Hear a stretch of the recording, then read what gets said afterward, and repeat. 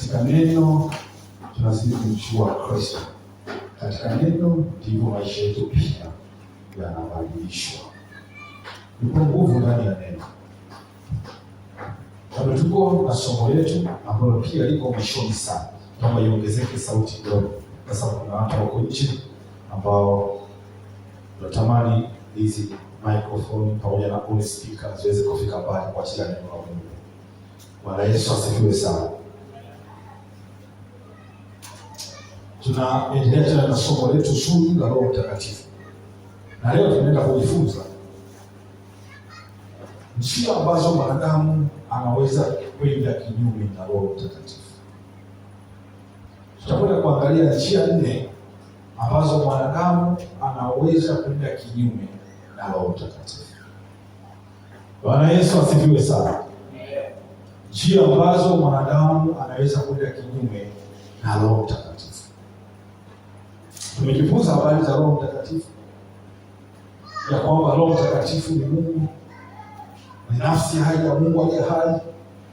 Roho Mtakatifu ni Mungu anayehitaji ushirika wa mwanadamu na yeye mwenyewe ndani ya moyo wake wa mwanadamu. Roho Mtakatifu anaishi ndani ya mwanadamu, katika moyo wa mwanadamu. Roho Mtakatifu anafanya kazi katika moyo ambao umemruhusu na kujisalimisha kikamilifu. Roho Mtakatifu ndiye anayemzalisha Kristo. Roho Mtakatifu ndiye anamfunua Mungu Baba. Roho Mtakatifu ndiye anayetufundisha kujua kweli yote. Roho Mtakatifu ndio anaotuonya tunapokosea. Roho Mtakatifu ndiye anaotukamilisha katika habari ya utakatifu. Bwana Yesu asifiwe. Ndio maana Yesu akasema katika Yohana 14:16 na 17, anasema nami nitamwomba Baba naye atawapa wasaidizi wengine ili akae nanyi hata milele. Huyo ni Roho wa kweli ambaye ulimwengu hauwezi kumpokea kwa kuwa hawamwoni wala hawamjui. Ili mnamjua kwa maana anakaa kwenu naye atakuwa ndani yenu. Pamoja na kwamba Roho Mtakatifu anasema huyo atakaa kwenu naye atakuwa ndani yenu hata milele. Hii ni nafsi ya tatu ya Mungu ni Mungu. Pamoja na kwamba Roho Mtakatifu ni Mungu, lakini mwanadamu anaweza akaenda kinyume na Roho Mtakatifu. Haina maana kwamba Roho Mtakatifu hana nguvu au mwanadamu amemshinda Roho Mtakatifu. Roho Mtakatifu bado ni Mungu. Ana nguvu zote, ana uweza wote, ana mamlaka yote. Lakini mwanadamu huyu anaweza akampinga Roho Mtakatifu kwa kumkataa. Kama Roho kumkataa tu, kama upenda dunia na kumkataa. Kumkataa uongozi wake na mapenzi yake yasimame ndani ya maisha yako. Kukataa kutii sauti yake, uongozi wa sauti yake. Bwana Yesu asifiwe sana. Kwa hiyo mwanadamu anaweza akampinga Roho Mtakatifu, pamoja kwamba Roho Mtakatifu ana nguvu zote. Roho Mtakatifu anakuwepo, lakini yeye ni mpole, anakaa pembeni huko akikusubiri uweze kuomba toba. Bwana Yesu asifiwe sana. Aondoki kwa haraka mpaka pale atapoona sasa hapa inatosha, utajikuta tu kishaondoka. Lakini aondoki ghafla. Njia ambazo mwanadamu anaweza kumpiga Roho Mtakatifu. Na neno linasema katika Isaya 63 na ule mstari wa 10. Isaya 63 na ule mstari wa 10. Unaweza kusoma Isaya 63 na ule mstari wa 10. Inasema, lakini wakaasi wakamhuzunisha roho yake ya mtakatifu. Kwa hiyo akawageukia, akawa adui, akapigana nao. Neno la Mungu linasema ya kwamba lakini wao waliasi, wakamhuzunisha Roho wake Mtakatifu, kwa hiyo akageuka kuwa adui yao, akapigana nao. Tafsiri tofauti, lakini maana hiyo. Bwana Yesu asifiwe sana. Neno linasema lakini wao waliasi, wakamhuzunisha Roho wake Mtakatifu, kwa hiyo akageuka kuwa adui yao, akapigana nao. Sasa wakati najaribu kutafakari hili andiko Isaya 63 mstari wa 10, nikamuuliza Bwana, kumbe kuna watu huko nyuma ambao washakumpinga Roho Mtakatifu, ili tuweze kujifunza sisi katika wakati huo. Nao nikamuuliza Roho Mtakatifu, hawa watu ni watu gani katika hili andiko kwa Isaya alikuwa analizungumza? Isaya 63 mstari wa 10. Roho Mtakatifu hasa kudhibitisha hatua kwa hatua ambazo tutakwenda kuziangalia muda si mrefu. Wakati huo Roho Mtakatifu akaniambia hawa watu walikuwa ni wana wa Israeli, walikuwa ni taifa la Israeli, walikuwa ni taifa la agano, taifa teule la Mungu, ambaye Mungu aliamua jina lake likae. Bwana Yesu asifiwe sana. Walikuwa ni watu ambao wanamjua Mungu, walikuwa ni watu ambao Mungu amewapigania, walikuwa ni watu ambao hata kabla taifa la Israeli halitakuwa, yeye alishazungumza. Kazungumza na Ibrahimu. Ukisoma katika ile Mwanzo sura ya 15 utaona Mungu anamwambia Ibrahimu, mimi ni sababu yako kubwa mno. Wakati huo Ibrahimu hakuwa na mtoto. Bwana Yesu asifiwe sana. Mungu ameweka makusudi kwa njia zake asichunguziki. Katika uzao wako utakaotoka kwako na saa taifa mimi nitajitwalia utukufu. Na hata kati anamwambia Mungu, anamwambia Ibrahimu, unaona kabisa Ibrahimu anataka kuzuilika. Sasa mimi naondoka, sina hata mwana wa polisi, hata huyo aliozaliwa niwachukua. Bwana anamwambia Ibrahimu, hapana, huyo atalisi. Atakayelisi yule atakayetoka katika viuno vyako. Na hata alipopata Ishmaeli katika njia ambazo hazikuwa za kimungu, aliamua kujitafutia njia ya shortcut. Maana alipokea ushauri kwa mke wake Sara, kwa sababu mimi sina, wakati wa Israeli walikuwa na utaratibu, mtu anaweza akapata mtoto kwa mtu mwingine tu akamzalia, alafu mtoto akawa mtu fulani. Bwana Yesu asifiwe sana. Kwa alipoona akili zimekataa na njia zote haziwezekani, Sara akatafuta njia nyingine ili walau asizeeke akafa bila mtoto. Akamshawishi mumewe ili yule mjakazi aweze kuwa naye apate mtoto kupitia mjakazi. Na Ibrahimu hakuwaza mara mbili, alipoambiwa tu bila kuuliza. Bwana Yesu asifiwe sana. Akatekeleza nchi ya mpango wa Mungu.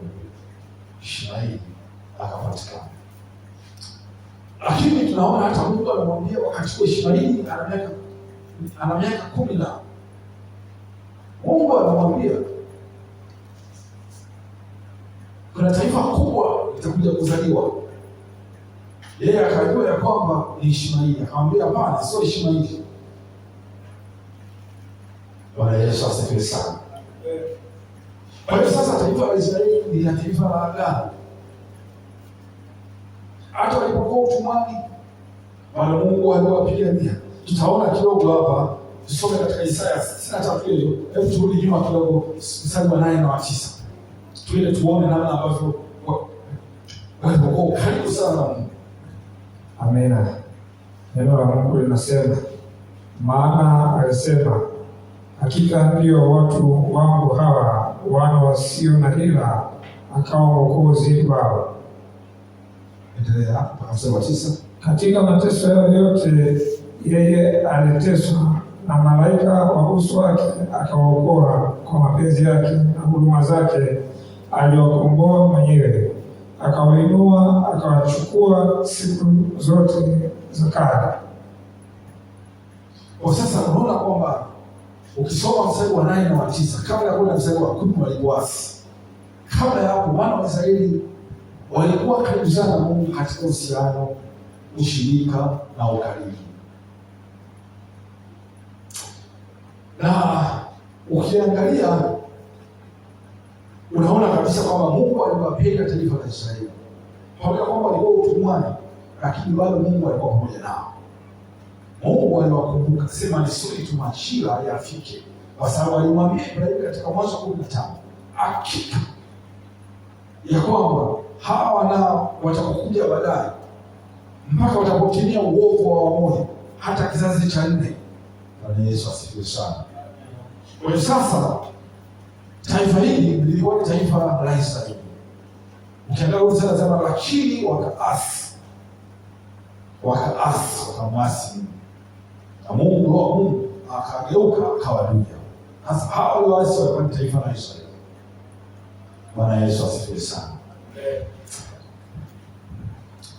Ni watu ambao waliona matendo makuu ya Mungu. Uwezo wa Mungu ulizidilika kupita kawaida. Tukiangalia hata katika Mungu anataka kuwatoa na Waisraeli kwa kumtumia mtumishi wake Musa, tunaona mapigo 10 yale wakiwa Misri kule. Tukiangalia katika ukisoma vizuri katika Kutoka ile sura ile ya 7 na mstari wa 20, utaona mpaka ile sura ya 12 na mstari wa 29. Ukisoma vizuri pale utaona ile mapigo 10. Ambapo pigo la kwanza utaona damu, maji yaliyokuwa kwa damu. Vyura. Bwana Yesu asifiwe sana. Kwa hiyo utaona mapigo yote yale 10 yalipotokea. Giza lilitokea. Na hiyo giza lilikuwa linatokea kwa siku 3. Ilikuwa inaipata tu nchi ya Misri peke yake, wale wa Misri peke yake. Lakini wana wa Israeli walikuwa Gosheni kule, walikuwa wenyewe wako salama. Na pigo la mwisho kabisa tunaona ile la 10. Mstari wa kwanza wa Misri, kuanzia wa mnyama mpaka yule aliyokuwa ameketi katika kiti cha Farao, wote walikufa. Lakini kule Gosheni Israeli walikuwa salama. Bwana Yesu asifiwe sana. Tauni iliwapata wanyama, magonjwa ya kila namna, machipu yakawapata wanyama pamoja na Wamisri, nzige. Kwa hiyo hao ni watu ambao waliona matendo makuu. Mvua ya mawe, yote yalikuwa ni mapigo yaliyotokea. Bwana Yesu asifiwe. Lakini bado hata walipokuwa kule, Mungu amewatoa kwa mkono mkuu wenye kuogofya. Hata baada ya kuwatoa katika nchi ya Misri, katika nyumba ya utumwa, wakaenda sasa wanaelekea katika nchi ya ahadi. Walipokuwa katika nchi ya ahadi katikati pale, tunaona sasa wakafika sehemu ambako kuna bahari ya Shamu. Na Mungu akanionyesha, ukisoma katika ile Kutoka 14 na ule mstari wa 20. Bwana Yesu asifiwe. Ule mstari wa 14 kama sikosei. Kutoka 14, Kutoka 14 mstari wa 21 na 22. Tusome ile andiko. Neno la Mungu linasema, Musa akanyosha mkono wake juu ya bahari, Bwana akaifanya bahari irudi nyuma kwa upepo wa nguvu utokao mashariki usiku kucha. Akaifanya bahari kuwa nchi kavu, maji yakagawanyika. Wana wa Israeli wakaenda ndani kati ya bahari katika nchi kavu, nayo maji yalikuwa ukuta kwao mkono wa kuume na mkono wa kushoto. Bwana Yesu asifiwe. Kwa sasa unaona wana wa Israeli wakapita katikati ya bahari ya Shamu, kitu ambacho ilikuwa ni si akijai kutokea. Bahari ya Shamu kugawanyika katikati na watu wakapita bahari katika huku na huku, ili asili ya kibinadamu. Hebu chukulia hiyo bahari ya hapo, halafu inagawanyika na watu wanapita katika nchi kavu. Bwana Yesu asifiwe sana. Waliyashuhudia kwa macho yao. Lakini pia hata walipokuwa wamevuka bahari ya Shamu, wamekwenda sasa jangwani, wanaelekea katika nchi ya ahadi. katikati pale kuna watu walianza kusikia njaa. Bwana Yesu asifiwe sana. Pale Mungu akawapa mana, chakula jangwani. Ukisoma katika ile Kutoka leo 16 mstari wa 4 tupitie nao. 16 mstari wa 4 tunaona mana ilikuwa ni vipande vidogo, vilikuwa vina mfano wa mbegu. Bwana Yesu asifiwe sana. Ambao unaona sasa hivi ni ishara ambayo tunaona watu wanashiriki meza ya Bwana. Kwa hiyo Bwana aliachia chakula kwa jinsi hiyo. Ilikuwa ni chakula cha mana kutoka mbinguni kilishuka kwa umande. Bwana Yesu asifiwe. Na kiliposhuka kile chakula, Mungu aliwapatia wana wa Israeli. Waliona matendo makubwa ambayo hayakuonekana. Tusome ile Kutoka 16 mstari wa 4. Neno la Mungu linasema, ndipo Bwana akamwambia Musa, tazama mimi nitanyeshea ninyi mvua ya mkate kutoka mbinguni, na hao watu watatoka nje na kukota kila siku sehemu ya siku, ili nipate kuwajaribu kwamba watakwenda katika sheria yangu ama sivyo. Bwana Yesu asifiwe sana. Lakini tunaachana nayo maji ya mwamba. Walifika hatua wakasikia kiu. Ukisoma katika ile Kutoka hiyo sura ya 17 mstari wa kwanza mpaka na 7 utaona mbele. Utaona namna ambavyo Musa alipopia katika ile mwamba na maji yakatoka. Wale waliyashuhudia kwa macho yao mwamba unatoka maji jangwani. Matendo makuu ya Mungu. Hata katika Kutoka Misri wanakwenda pale nguzo ya moto na nguzo iliyozunguka mchana na usiku. Ukisoma ile 13 Kutoka utaona 21 Bwana anasema Bwana akawatangulia mchana katika nguzo ya wingu na usiku katika nguzo ya moto. Hawa watu waliona matendo makuu ya Mungu. Ni watu waliona matendo ya ajabu ya Mungu. Bwana Yesu asifiwe sana. Amen. Lakini walikuwa ni watu walioasi. Tuangalie uasi wao. Pamoja na baraka zote ambazo Mungu alikuwa amezipa, akaziweka ndani yao, wakayaona yale matendo makuu katika kipindi chote cha miaka 40 waliozunguka jangwani. Kuanzia Kutoka Misri mpaka jangwani, waliyaona matendo makuu na mkono wa Bwana ulikuwa pamoja nao, lakini bado wakaasi. Kuna wakati walilalamikia Mungu. Wakati mwingine walimlalamikia Musa. Tunaona wakati wanalalamikia Mungu. Ukisoma vizuri katika ile Kutoka na ule mstari wa 24. 15-24 tuangalie pale.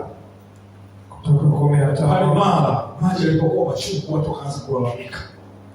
Neno la Mungu linasema, ndipo watu wakamnung'unikia Musa wakisema, tunywe nini? Naye akamlilia Bwana. Bwana akamwonyesha mti, naye akautia katika hayo maji yakawa matamu. Basi akawekea amri na hukumu huko, akawaonja huko. Hata katika ile Kutoka 17:3 kaona hapo walilia njaa, chakula. Mungu akawapa kile chakula cha mana. Wakawapa pia na kwale. 16 mstari wa 2 na 3. Bado walilalamika. Bwana Yesu asifiwe. Wakamkataa Mungu, wakamkataa pia na Musa. Wengine walirudia ibada za sanamu. Nakumbuka wakati Musa amekwenda kwa ajili ya kupata zile amri 10. Alipofika mlimani katika siku 40 alikuwa hali kitu usiku na mchana yupo katika uso wa Mungu. Na hata ameshuka sasa, ukienda katika ile Kutoka 32 na ule mstari wa kwanza tusome, unaona kabisa kwamba walipoona Musa akachelewa, wakakumbuka ibada za sanamu walizokuwa wanazifanya, wakamtengeneza punda na yule ndama kwa mfano wa ibada wa miungu ya kule Misri. Wakaacha machukizo mbele za Mungu. Watu ambao waliona matendo makuu ya Mungu. Tusome katika 32 mstari wa kwanza. Hata watu walipoona ya kuwa Musa amekawia kushuka katika mlima, wakakusanyana wakamwendea Haruni wakamwambia, haya, katufanyizie miungu itakayokwenda mbele zetu, kwa maana Musa huyo aliyetutoa katika nchi ya Misri hatujui yaliyopata. Unaona sasa machukizo mbele za Mungu. watu wa agano la Mungu, lakini bado wakafanya machukizo. Hata pale ambako walikataa kulitii neno la Mungu. Kusoma katika Hesabu, kizazi kingine cha pili, hata ile cha Kutoka kimeshaondoka. Hesabu ni kizazi kingine. Ile Hesabu 14 mstari wa 2 na 4, tunaona pale Mungu alipowapa maelekezo kwamba nimewapa nchi, nendeni tuma wapelelezi. Wale wapelelezi walikuwa 12 sana. Walipofika kule, akiwepo Yeshua na Kalebu, wakaenda mpaka ile nchi walipeleleza. Waliporudi, wale watu wengine 10 wakawa na namna ambayo wamevunjika moyo, tofauti na Mungu alivyosema, isipokuwa tu Joshua na Kalebu. Yeshua mwana wa Nuni na Kalebu, wao walienda kumtumaini Mungu, lakini wale wengine pamoja na wana wa Israeli wote waliosalia walimkataa maelekezo ya Mungu, wakaacha kuyatii na kuyaamini maelekezo ya Mungu, kwamba alipowaambia wakasahau yale yote kwa Mungu aliwaokoa kwa mkono wa kuogofya na wenye nguvu. Alipogawanya bahari ya Shamu na kuwa nchi kavu, wakasahau mapigo 10 yaliyotokea yanaonyesha uwezo wa Mungu na wenye nguvu. Bwana Yesu asifiwe sana. Bwana Yesu asifiwe sana. Wakaasi, wakakataa kutii maelekezo ya Mungu aliowaambia wanatakiwa waende Yeriko. Bwana Yesu asifiwe sana. Ndio maana Biblia inasema waliasi wakamhuzunisha Roho wake Mtakatifu. Hapa kuasi kuna maana kutotii. Kutii, utosikiliza sauti ya Mungu, ya Roho Mtakatifu anapokuwa anatuambia uongozi wake, kumpiga Mungu. Wakati mwingine unaona Mungu anasema hiki, lakini unaamua kumpiga. Lakini walikuwa ni watu wenye moyo mgumu. Ukisoma katika ile Zaburi ya 95 mstari wa 8, Biblia inasema msifanye migumu mioyo yenu kama uko Meriba. Kwa nini Biblia inarudi nyuma? Anatuambia sisi, wala msifanye mioyo yenu kuwa migumu kama uko Meriba. Meriba, ukisoma Kutoka 17 na ule mstari wa 7, ni jina ambalo Musa alilipa ile eneo wakati anapiga pale na maji yakatoka mahali pale, akaamua kupaita Meriba. Meriba palikuwa ni maeneo kwa lugha ya Kigiriki, kwa lugha ya Kiebrania na maana ya New Deliver. Meriba ndio na maana mabishano, ugomvi, mahali pa malalamiko. Ndio maana Musa akaamua kupaita pale Meriba. Walipomkorofisha Musa, baada ya kuamua apige, akapiga tofauti na vile Mungu alivyomwambia. Tusome kidogo ile 17 mstari wa 7 Kutoka. Neno la Mungu linasema, akapaita mahali pale jina lake Masa na Meriba, kwa sababu ya matendo ya wana wa Israeli na kwa sababu walimjaribu Bwana wakisema, je, Bwana yuko kati yetu au sivyo? Wanafika wanaanza kuona kupiga uwepo wa Mungu.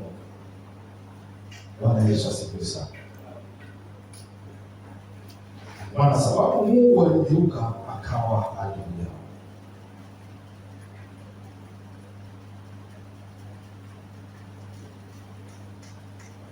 Si kama Mungu aliwachukia, lakini kumbuka Mungu ni mtakatifu na mwenye haki. Hawezi akavumilia akaona tu kwamba ule utakatifu wake anavumilia, lakini kifika hatua anaona kabisa kwamba watu hawataki kufuata sheria yake, yeye anageuka anapinga na kuwa adui wa kwako na kupigana. Bwana Yesu asifiwe sana. Sasa mstari wa 10 anasema, lakini wao waliasi wakamhuzunisha Roho wake Mtakatifu, kwa hiyo akageuka kuwa adui yao. Tutaangalia njia 4 ambazo mwanadamu anazitumia kuweza kumpinga Roho Mtakatifu. Ukimpinga Roho Mtakatifu, umempinga Mungu Baba, umempinga Yesu Kristo, na ni Mungu mmoja katika nafsi tatu. Bwana Yesu asifiwe sana. Tutakuja kuangalia ya kwanza ni kumhuzunisha Roho Mtakatifu, ya pili ni kumzimisha Roho Mtakatifu. Kuna wakati tunamhuzunisha Roho Mtakatifu, na kuna wakati tunamzimisha Roho Mtakatifu, na kuna wakati kumpinga Roho Mtakatifu, unampinga Roho Mtakatifu, na kuna wakati tunamtukana Roho Mtakatifu. Zote hizi tutaziangalia leo. Tutaka kipengele kimoja cha kumhuzisha Roho Mtakatifu. Sababu ni kifupi hivi ndio ndefu kidogo, ili tutatazama wiki ijayo. Bwana Yesu asifiwe sana. Bwana Yesu asifiwe. Hii iweze kutusaidia kuweza kuelewa namna gani ambapo tunaweza tukamhuzunisha Roho Mtakatifu. Kwa namna gani ambapo tunaweza tukamzimisha Roho Mtakatifu. Kwa namna gani tunaweza tukampiga Roho Mtakatifu. Na namna gani tunaweza tukamkana Roho Mtakatifu. Na kisa kuepukana. Na katika hizi ni dhambi ipi ukifanya hautasamehewa. Bwana Yesu asifiwe sana. Hautasamehewa. Damu ya Yesu haina nafasi hata kusamehe kosa utakaolifanya. Tutaangalia mbele hatua kwa hatua. Wagalatia 5:25 anasema tukiishi kwa Roho na tunende kwa Roho. Tukiishi kwa Roho na tunende kwa Roho. Basi tuangalie kwa kifupi kumhuzunisha Roho Mtakatifu nini maana yake. Njia ya kwanza ni kumhuzunisha Roho Mtakatifu. Tuangalie Waefeso 4:30. Tusome hapo. Waefeso 4:30. Waefeso 4:30 inasema, wala msimhuzunishe yule Roho Mtakatifu wa Mungu, ambaye kwa yeye mlitiwa muhuri hata siku ya ukombozi. Wala msimhuzunishe yule Roho Mtakatifu wa Mungu, ambaye kwa yeye mlitiwa muhuri hata siku ya ukombozi. Nini maana kumhuzunisha Roho Mtakatifu? Wengi tunafahamu huzuni jinsi ilivyo. Mtu anapohuzunika, sababu Roho Mtakatifu ni Mungu mwenye nafsi kabisa, mwenye hisia, mwenye mapenzi, mwenye utashi. Anahuzunika, anafurahi pia. Kumhuzunisha mtu yote. Sasa ile huzuni ya kibinadamu ni tofauti na huzuni ya Roho Mtakatifu. Roho Mtakatifu hapa anasema Mungu Baba, wala msimhuzunishe yule Roho Mtakatifu wa Mungu, ambaye kwa yeye mlitiwa muhuri hata siku ya ukombozi. Tunaposema kuhuzunisha Roho Mtakatifu, ni pale ambako tunakwenda kinyume na tabia halisi ya Roho Mtakatifu ya utakatifu. Tabia ya Roho Mtakatifu kama ambavyo tumesoma, tumejifunza katika matunda ya Roho, tabia ya Roho Mtakatifu. Tunapokwenda kinyume na zile asili ya Roho Mtakatifu ya utakatifu na tabia zake, tukafanya matendo yaliyo tofauti na tabia zake na asili yake ya utakatifu, tunamhuzunisha Roho Mtakatifu. Yesu asifiwe sana. Bwana Yesu asifiwe sana. Wala msimhuzunishe Roho Mtakatifu, ambao kwa hiyo mlitiwa muhuri hata siku ya ukombozi. Kwa Roho Mtakatifu anaweza akahuzunika. Roho Mtakatifu anasikia maumivu. Roho Mtakatifu anaweza akajeruhiwa. Roho Mtakatifu anapata maumivu yasiyoelezeka. Yuko ndani yako, lakini anaona matendo unayofanya. Bwana Yesu asifiwe sana. Anasema wala msimhuzunishe Roho Mtakatifu. Na pengine Yesu anasema dhambi yote atakayoifanya mtu kwa ajili ya kumkufuru Roho Mtakatifu, huyu hatasamehewa. Roho Mtakatifu analindwa na Mungu, kwa sababu yeye ni mpole. Hata unapotenda jambo yupo amekaa. Ni kama sura ya hua, tunalaga hua alivyo mpole. Ni mfano tu, lakini sio kama Roho Mtakatifu ni hua.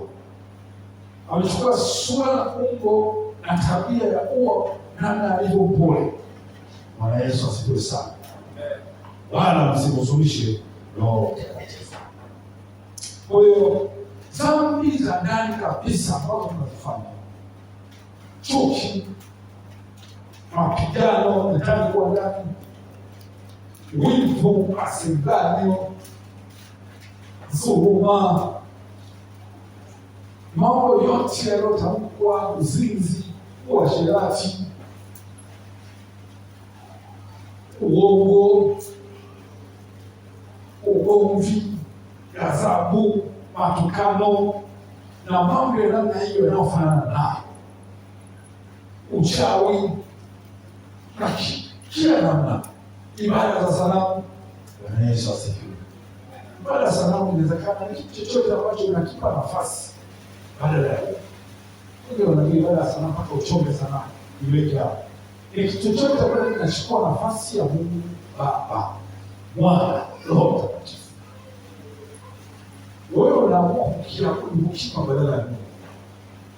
Kinawezekana kisema mapema, lakini ile nafasi ambayo uliweka ambayo anataka kukaa Mungu, inataka kakaa mtoto, inataka imekaa biashara, inataka imekaa kazi yako. Bwana Yesu asifiwe. Nafasi hiyo atatokaa mtu, atatokaa Mungu peke yake. Akikaa kitu kingine chochote ni ibada ya sanamu. Kwa hiyo sasa, chuki, hasira, wivu, uongo, kiburi, kutokusamehe, kutokuamini, amen, yote hayo ni kumhuzunisha Roho Mtakatifu. Zile matunda ya Roho tuliokuwa tunajifunza 9, upendo. Usipokuwa na upendo wa agape, umemhuzunisha Roho Mtakatifu. Usipokuwa na wema, tumejifunza undani. Usipokuwa na kiasi, usipokuwa na fadhili, usipokuwa na uvumilivu, yale matunda maana usipokuwa navyo uvumilivu utafanya tofauti. Bwana Yesu asifiwe. Usipokuwa na upendo utasamehe. Utasamehe pale unaposamehewa. Utasamehe pale ambako, lakini pale ambako unastahili uweze kusamehe. Adui yako anapokuwa utasamehe. Bwana Yesu asifiwe sana. Bwana Yesu asifiwe. Bwana Yesu asifiwe. Tunasikia tuombe baadaye tofauti kidogo kwa mtaofanya hivi. Bwana Yesu asifiwe. Tuanze kujifunza kanuni ya ufalme sasa. Kama kanisa katika kidogo tofauti. Bwana Yesu asifiwe sana. Kwa Mungu wa mbele.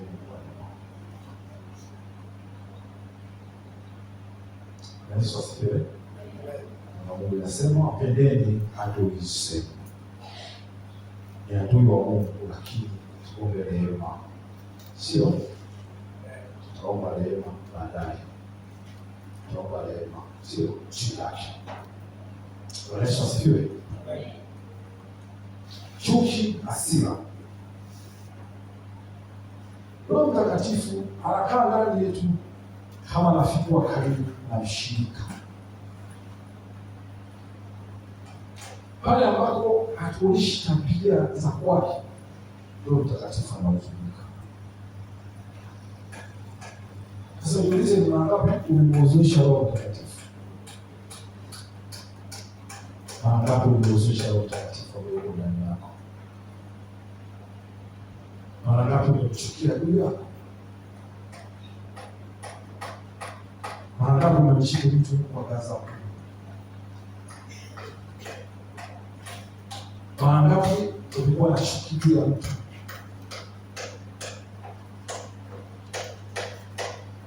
Mara ngapi kuna maeneo ambapo uliacha kumwamini Mungu kwa sababu ya changamoto uliyopitia kwa muda mrefu?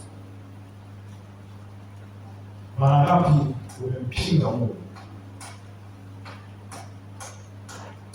Mtumishi wa Mungu hata anaposema njooni kwenye maombi na ukawepo, alafu usije, umempiga nani? Umempiga nani? umempiga Mungu.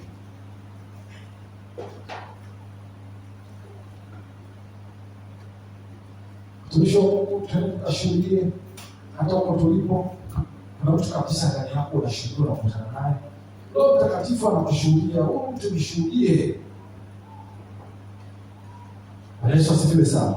Kuna jamaa za kishinda.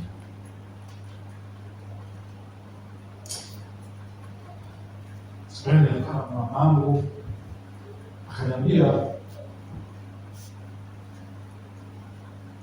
hapo wakati anataka kufariki, Yesu asifiwe sana, alisikia akisema ninaungua moto unaunguza. Yesu asifiwe sana. Jamani, kuzimu ipo. Kuzimu ipo. Kuzimu ipo. Roho Mtakatifu anahuzunika ndani yetu pale tunapokwenda kinyume na tabia yake ya utakatifu, ya asili, ya matunda ya Roho Mtakatifu. Neno upendo linapokuwepo, mpende mtu bila kutazamia kulipo. Mpende Mungu wako kwa moyo wako wote. Mpende ndugu yako, badilisha na wala. Ndio sheria. Ukienda tofauti unakuzulisha Roho Mtakatifu. Fadhili, matendo ya ukarimu, matendo ya kila namna. Yesu asifiwe. Ndio tabia ya Roho Mtakatifu. Uvumilivu. Yeye ni mvumilivu. Anakuvumilia hata ukiwa ndani yako umekosea, lakini bado yupo. Bwana Yesu asifiwe. Tabia yake ya utakatifu na upendo wake. Tunapokwenda kinyume na tabia hiyo, tunakuhuzunisha. Sasa leo tumwombe Mungu ili zile tabia ambazo zipo tunazosema katika Efeso 31:32, tusome hiyo. Efeso 31:32. Efeso 31:32. Efeso 31:32. Efeso 4:31. Efeso 4:31. Neno la Mungu linasema, uchungu wote na ghadhabu na hasira na kelele na matukano yaondoke kwenu, pamoja na kila namna ya ubaya. Tena iweni wafadhili ninyi kwa ninyi, wenye huruma, mkasameheane kama na Mungu katika Kristo alivyowasamehe ninyi. Yaani moja hapo ya kuona unamhusisha Roho Mtakatifu. Wewe ulio wa roho, utaona amani inaanza kupotea. Ndio tunaweza kuongeza kidogo sauti. Amani inaanza kupotea. Bwana Yesu asifiwe sana. Hata maombi yako yanakuwa kujilazimisha. Ulikuwa muombaji, ukitaka kuomba unasikia raha, unaweza kupiga magoti ukaomba kwa enda yako, unasikia unabudika ndani ya Yesu. Lakini kila ukipiga goti kuomba unakataa. Siku unaona hata unaona kuna uzito mkubwa sana. Neno la Mungu tena unaona tena analeta furaha tena. Ulikuwa mtu ambaye unaweza kusoma neno, usiweza kusoma neno unajisikia vibaya. Bwana Yesu asifiwe sana. Amen. Mzusha Roho Mtakatifu. Hata neno la Mungu aliingia na furaha ndani yako. Bwana Yesu asifiwe sana. Ushirika wa Mungu unaanza kupona. Uje kufikia kwa kuna wimbo fulani ulikuwa ukiimbwa, ulikuwa unasikia kumshiko, ukiwa naimba tu wimbo. Lakini mara ule wimbo unaimbwa mpaka wote kawaida. Bwana Yesu asifiwe. Au usitenda. Yaani unaona kama wimbo wa kawaida tu. Wakati mwanzo haikuwa hivyo. Kumhuzunisha Roho Mtakatifu.